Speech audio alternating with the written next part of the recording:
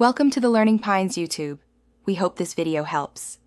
You start by opening Garageband and creating a new song. Import or record the sound you want as your alarm because only short files work reliably. Once loaded, trim to the desired length, aim for under 30 seconds, and remove silence at both ends so the alarm triggers immediately.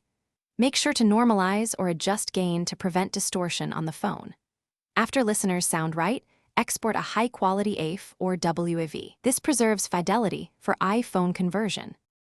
You export the track as AIF or WAV because those formats keep full quality. GarageBand's share export works well. Once exported, convert that file to M4A or directly to M4R using Finder or a simple converter, since iPhone requires M4R for tones.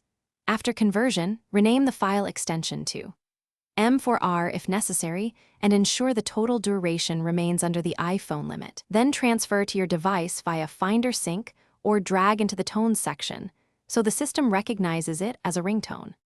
You now connect the iPhone and install the M4R file by syncing via Finder or iTunes. Make sure it appears under tones.